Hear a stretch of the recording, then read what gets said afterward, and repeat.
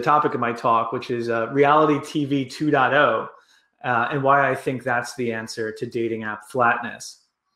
Dating app flatness. So that may surprise you, but dating apps are essentially flat the world over. And you don't have to take it from me.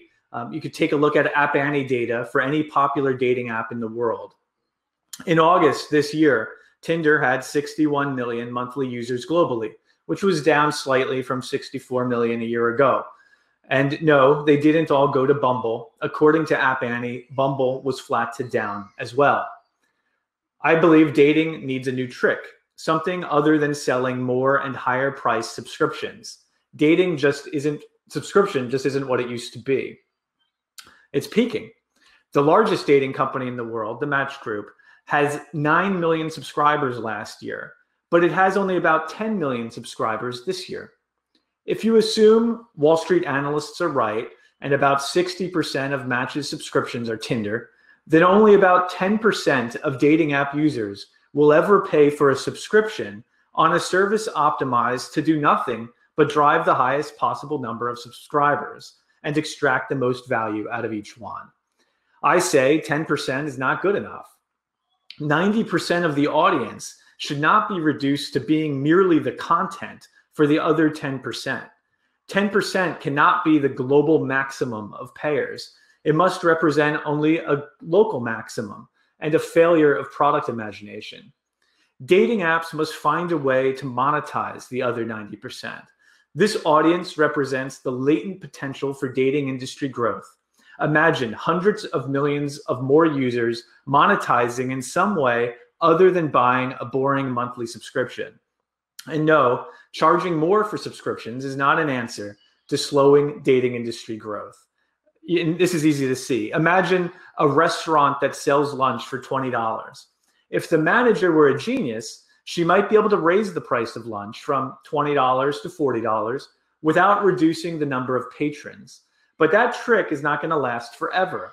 Just about no one is going to spend $100 for lunch, and no one is going to spend $100 a month for a dating app either. There's another problem with subscriptions. They cap every buyer at too low a limit of spending. Someone may be willing to pay $1,000 or even $10,000 a month on dating-related products. But with a subscription-only product, that person will pay the same as about everyone else, which is generally about $25 a month today. Yes, the dating app could try to vary subscription prices by age and gender, but only if it doesn't mind being sued out of existence by class action claims of price discrimination. Dating apps need a new trick. I'm not saying it hasn't been a good run, but monetizing only the top 10% was never going to work forever. It's time to diversify away from subscription, but towards what? I say entertainment. Dating has been entertaining audiences for decades. It was 55 years ago that the dating game launched on ABC.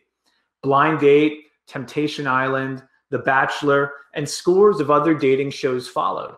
Since 2000 and the dawning of the age of low-cost reality television, dating shows became only more popular. In many ways, dating shows are the original reality TV. So what does reality TV 2.0 look like? This question is more relevant than ever because reality TV 1.0 is over. Just this week, on Tuesday, Kim Kardashian broke the news on Instagram that Keeping Up with the Kardashians will be ending after a 14-year run. It's not hard to speculate why.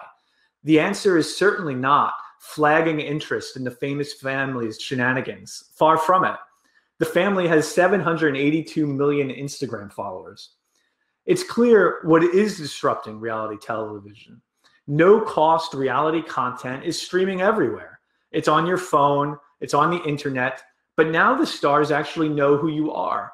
They respond to you in real time on chats. They call out your name on channels like Twitch's Just Chatting, Instagram Live, and TikTok. And yes, you can even date them. They might not be television stars, but in the aggregate, they are bigger than all the television stars put together. Live streaming video has enabled influencers to find an audience and make a living with as few as hundreds of paying fans. At the end, influencers with tens of thousands of paying fans can make a killing. without being beholden to television networks and long-term contracts. The solution to dating app doldrums is obvious. Dating apps should own the modern dating game. The next Bachelor, the next Are You the One should be live streamed on Tinder or on Bumble or on Grindr. Only there should be no stars, or at least the stars should have no more access to the platform than anyone else, only more fans. Anyone should be able to be the star of her own dating game.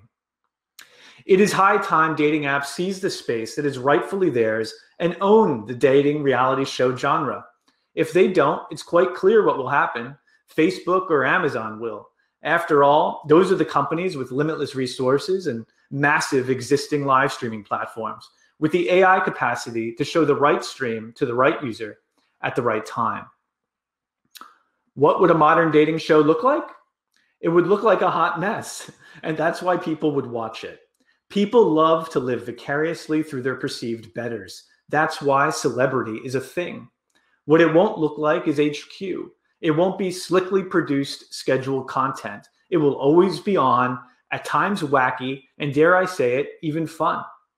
It will look like Twitch, except for dating. Most of the people, tens of millions of people, will be there for love. At the highest end, a new breed of dating celebrity would earn $10 million a year live streaming, while many thousands more would earn hundreds of thousands a year. After all, most people on Twitch aren't there to make money. They're there for community, for fun. But that doesn't stop Twitch from being any less profitable. Twitch streamers make billions of dollars a year.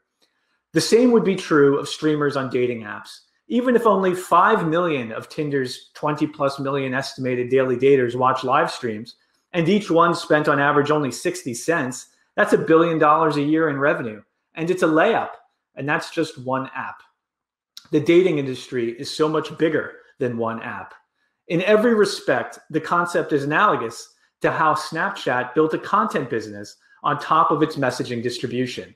When you have so many tens of millions of daily users sending billions of chats every day, you only need 15% of them to spend 30 minutes more to build one of the largest content companies on the planet. And what's the alternative exactly? The pandemic has forever changed the nature of dating, tilting it toward video. That much is obvious. Daters are hungry for more video. The only question is in what form. Sure, one-on-one video has a place, but somewhere less than 5% of all daily daters will ever engage in one-on-one video on a mainstream dating app. There's a reason no dating app company ever touts this particular statistic. It's too low. Why does one-on-one matter so little? Could it be because it's the highest friction product imaginable? One-on-one video is essentially a lousy product that dating apps must offer simply because you expect them to, even though they know you'll never use it. One-on-one video requires that both sides of the conversation be clothed, ready and willing to stream, and wanting to consume the stream of another long-tail content producer who is similarly ready and willing to stream. One-on-one video is a shadow of the potential of its more interesting cousin, broadcast video. Broadcast video, or one-to-many video, requires none of those things. The beauty of broadcast video is that there are 10 people willing to view a stream for every one person willing to create one, and therein lies both the engagement and the monetization magic. Some of those 10 viewers will monetize. On Twitch, the top video game streamers earn millions of dollars through broadcast video. The same is true on China's Momo's dating platform.